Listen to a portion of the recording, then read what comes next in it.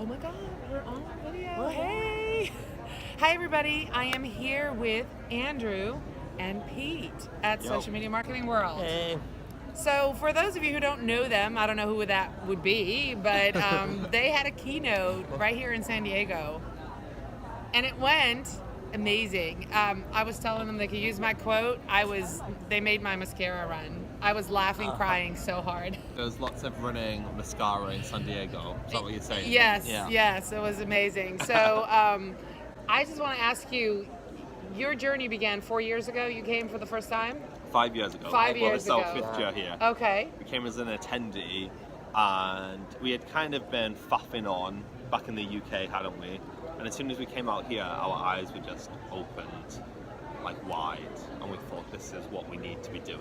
Okay. And we want to speak on that stage one day. And you made a plan. And we made a plan. To speak on that stage. And you spoke last year or 2 years ago? We spoke 2 years ago. This is our 3rd year speaking now. That's amazing. Yeah. So we attended for 2 years, and then they gave us the gig, and then we got asked to keynote in the 3rd year, which is just incredible. It's incredible, yeah. So what's the secret? Because that's what I mean.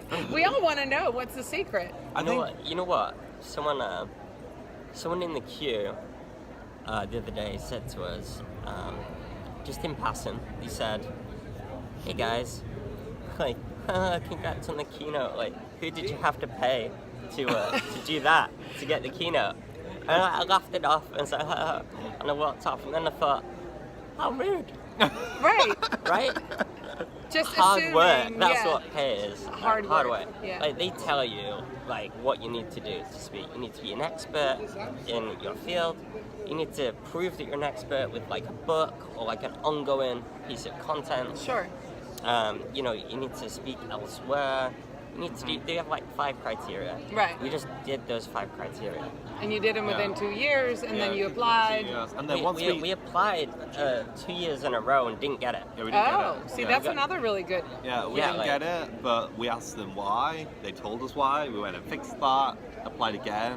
Nice. And then when we actually got the gig, this is something like we've always done. We've always put our all into anything we tried to do. Sure. So when we knew we were going to be speaking here in one of the breakouts, we were like, right, we're going to make this like the best talk ever. We want to make sure we don't want to be forgotten. Right. That's kind of been our main marketing strategy. Just make sure nobody think forget anybody us. That's all we do, right? that's be remarkable. Exactly. Yeah. I think people can like look at us like that lady in the queue and think like, who are those guys? Like they're so young, 20-somethings, and I've been doing this for like 15, 20 years. Like, why have they got this and not me? And it's about being focused. It's about being remarkable and putting in the effort. Doing the work. Like, we work really hard. Right. So. And I also think another part of it is just talking to people. So in those first 2 years, we just like worked the room really hard, and we tried to meet as many people as possible, tried to meet as many of the team behind this awesome event as possible, and I think there's a lot to say for doing that. Like, as soon as you start becoming known in those circles, a lot more doors will open. Okay, so did you, that's kind of what I'm looking at. Did you collaborate with people? I mean, I know there's 2 of you. There's definitely power in 2. In the first year we came, we reached out to all the speakers and we tried to set up meetings with them and get to know them. Yeah. Because to speak here, you know, you need to be known in this industry. That was one of the criteria they told us. To get to know the speakers. Well, they said you have to be known to our community that we've created. Okay. The second year we came with the mission to actually get to know the team, because the team are the ones that make decisions that who speaks. Right. So we came here strategically to do that.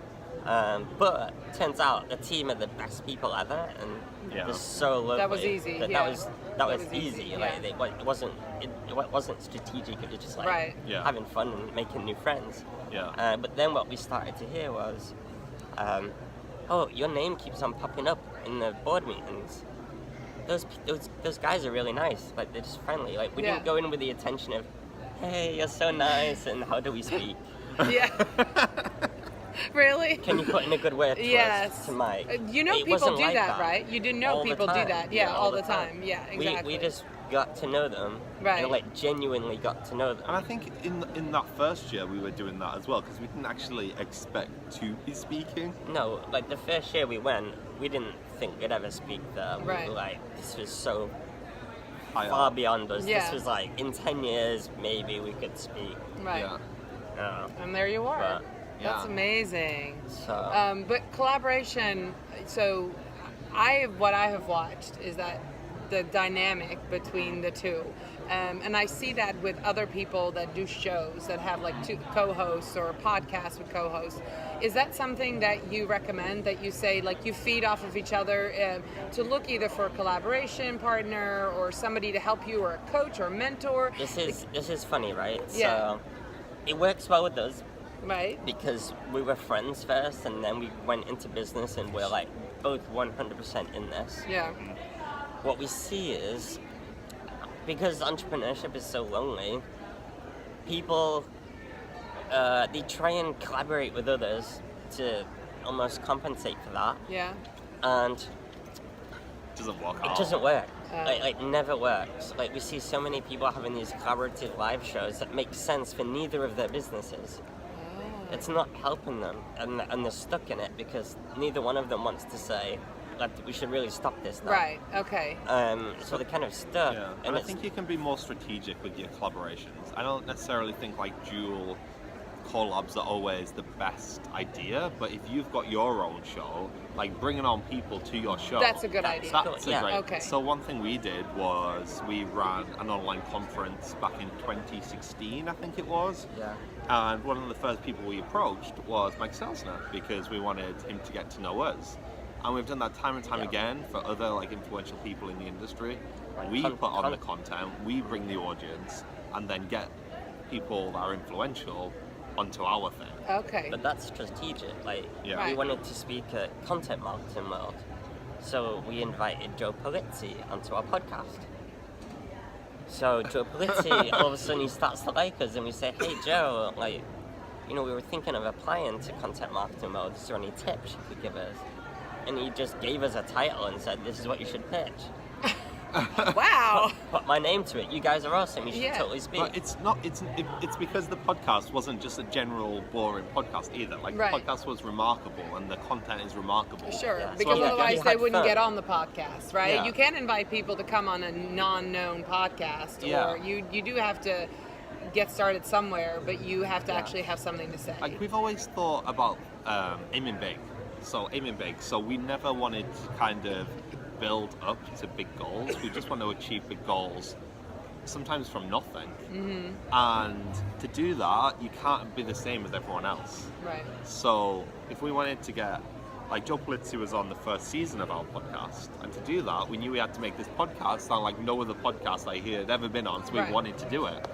And that's what we did. We didn't just launch a standard marketing podcast about marketers interviewing marketers. Right. It was different. It had It's a like a content game twist. show. Right. Yeah. It's like a game show.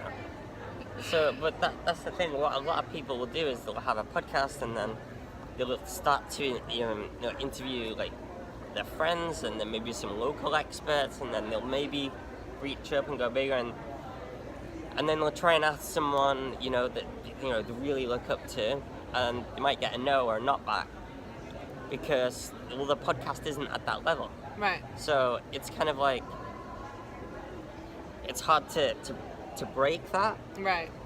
So we just like to start at that level. Okay.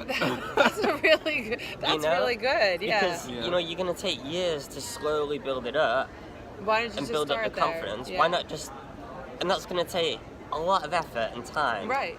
And Whereas most people if you- stop because it Yes. takes so much time. Yeah. Exactly. Yeah. Whereas if you Been there, actually done put like 100% of your effort in, or 90% of your effort, Right. if you follow our 90-10 rule, Yes. into creating something amazing straight away, and then inviting like a lot of great people on straight away, then you get that initial launch, and you can just keep on going higher. Okay. I mean, you don't even need to go higher. That might be the highest point, Right. But everyone else And then is come so lower. easy. Right. Because everyone else wants to get on it. Right. And you advocate being yourself, obviously, and being yourself maybe amplified a little crazy. Yeah. Yeah. Yeah. I feel like, well, I think content strips personality a lot of the time. Yeah. Like video strips personality, podcast strips personality. So we always just ramp it up. We ramp Right. it up. So, like when we're recording our videos, it feels like we're bouncing off the walls in the office. And we watch it back and it's like, oh, it wasn't as crazy as maybe we Yeah. thought. Really? Yeah. Seriously? Yeah, we're Yeah. like, woo! And then in the actual video, it's like, hi. It's like, where did the energy go? Yeah. And that video strips the energy. Okay. No camera, no matter how good it is, can ever capture the energy. And that's why the stage was so great yesterday. That's definitely why, because I have watched your videos and I get them in my messenger and I'm watching that. I go to YouTube and I'm seeing that stuff, but seeing you on stage is a whole different level. So I get that. It's awesome. Well, I'm not going to take up any more of your time, but thank you so much for spending time with me. Thanks for watching, And guys. Yes. Thanks for Woo. watching. And I really appreciate it. I'm looking forward to coming to the UK next year. Yes. Any tips on getting a hotel room fast, soon? Um, Because you guys are going to get sold out, so I already have my ticket. We are going to try and negotiate some hotel deals. Okay. We are. So we'll We'll be know in then. touch. Okay. Yeah. Let us know. Got the 'cause- events team on that. Yeah. Yes. Okay. Oh, good. You have an no, event. we do. Yeah, we do. I love it. We couldn't do it ourselves this Yeah. year. could And we? how many seats are you filling? 1,600 Okay. is the goal. So where can people go to come meet you and come to your event? That is atomicon.co.uk or andrewandpete.com. All right. Atomicon 2020 people. Search Yeah. it, Google it. Yeah, definitely come. there. I'll be there. Yeah, all right. Thank you. Thanks, guys. Bye.